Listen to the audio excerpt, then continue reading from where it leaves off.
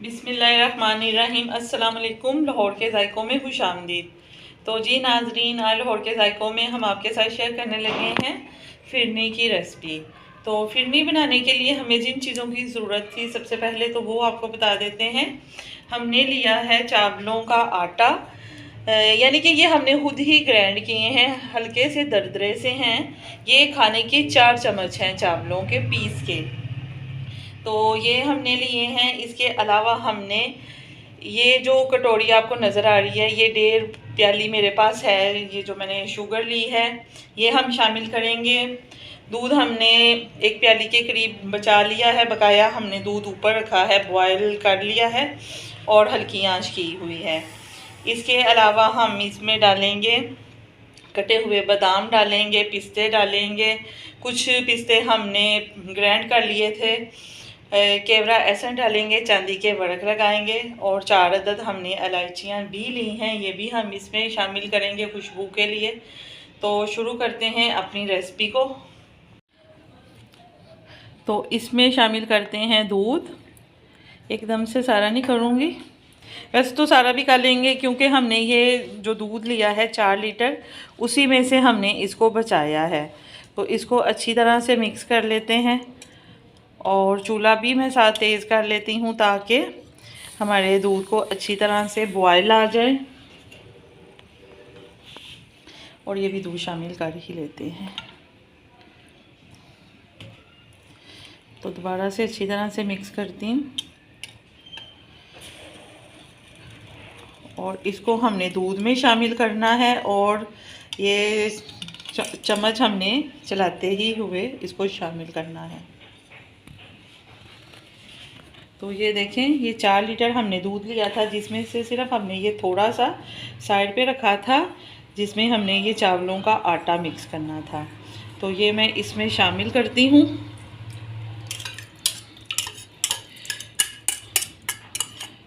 ये जो रह गए हम पानी डाल के भी इसमें डाल सकते हैं, वैसे तो मैंने कोशिश की है कि सारे ही चले जाएं चावल। और इसका हमने वक्फे से चम्मच चलाते रहना है ताकि हमारे चावल नीचे ना लग जाएं। और जब हमारे ये गाढ़ा होना शुरू हो जाएगा तो फिर हमने चम्मच मुसलसल ही चलाते रहना है। आपको पता है जब चीज़ पकने पे आ जाती है तो फिर वो नीचे लगने लग जाती है। तो चावल हमने शामिल कर दिए हैं।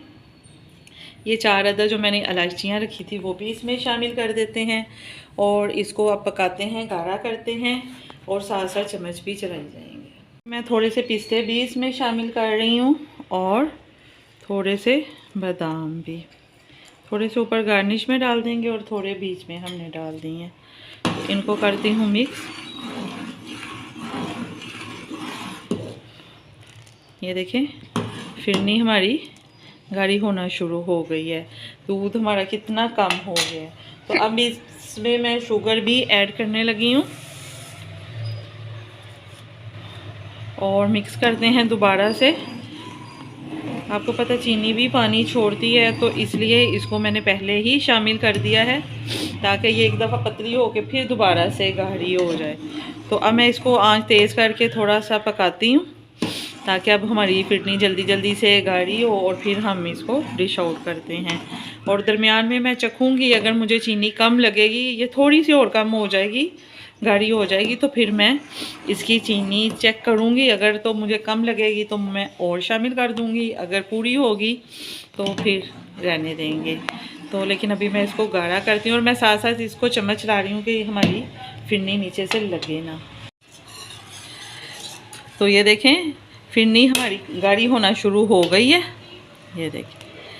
लेकिन अभी हमने इसको और मज़ीद गाढ़ा करना है। और अब हमने यहाँ तो चम्मच चलाते रहें, तो यहाँ आपके पास अगर ये है मिक्स करने वाला तो आप इसके साथ करते जाएं ताकि ये अब नीचे लगे ना। और मुसलसल हमने चलाते रहना है, 1-2 दफ़ा ऐसे झाड़ लें और फिर चलाना शुरू कर दें ताकि हमारी फिरनी नीचे लगे ना। तो मेरा सिर्फ आपको दिखाने का ये मकसद था कि फिरनी हमारी गाढ़ी होना शुरू हो गई है। तो जो हमने इसमें ये डाले थे पिस्ता वगैरह, वो भी बीच में अच्छी तरह से मेल्ट हो गए हैं। कुछ गार्निश में मैं शामिल कर दूंगी और इसको मज़ीद गाढ़ी करते हैं। तो फिरनी हमारी अच्छी खासी गाढ़ी हो गई है। तो अब हम करते हैं इसका चूल्हा बंद और इसमें डालते हैं केवड़ा एसिड। थोड़ा चंद कतरे डालने हैं हमने, बहुत ज़्यादा नहीं। अगर हम ज़्यादा इसमें डालेंगे तो ये फिर कड़वा हो जाएगा। तो हम इसमें 3 से 4 कतरे डालेंगे सिर्फ खुशबू के लिए। पहले करते हैं चूल्हा बंद, एक दफ़ा मिक्स करती हूँ इसको।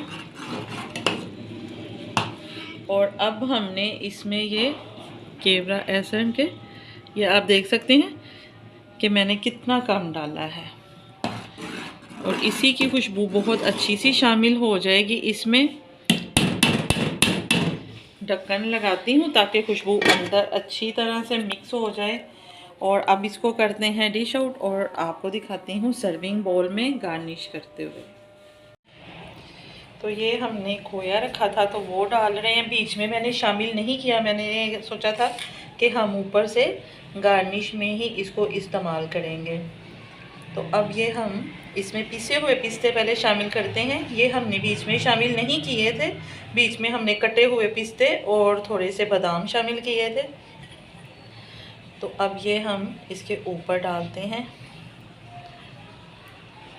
एक लेयर हमने पहले खोए की लगाई है। तो अब हम ये पिस्ते पिसे हुए लगा लेते हैं। थोड़े से बादाम लगाते हैं या ऐसे करते हैं, एक साइड पे बादाम लगा लेते हैं, एक साइड पे पिस्ते लगा लेंगे। तो ये देखिए ये हमने लगा लिए हैं। अब ये दूसरी साइड पे हम ये पिस्ते लगा लेंगे।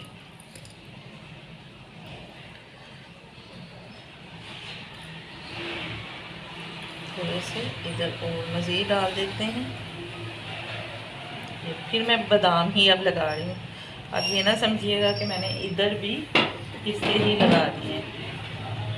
तो जी जनाब, ये थी हमारी फिरनी जो कि बहुत झटपट तैयार हो गई है। घर में ही हमने चावल पीसे और खोए से और बादाम पिस्ते से हमने गार्निश की है, चांदी का वर्क भी लगाया। और फिरनी जब भी बनाएं इसके ऊपर ये चांदी का वर्क ज़रूर लगाएं, बहुत अच्छा लगता है देखने में भी। आपको पता होगा कि जब हम शादियों पे जाते हैं और उधर फिरनी सर्व होती है तो उसके ऊपर ज़रूर लगाया होता है। तो मैं बचपन से देखती आई हूँ तो मुझे बहुत अच्छा लगता था। तो मैंने आज पहली दफ़ा ये ट्राई की है।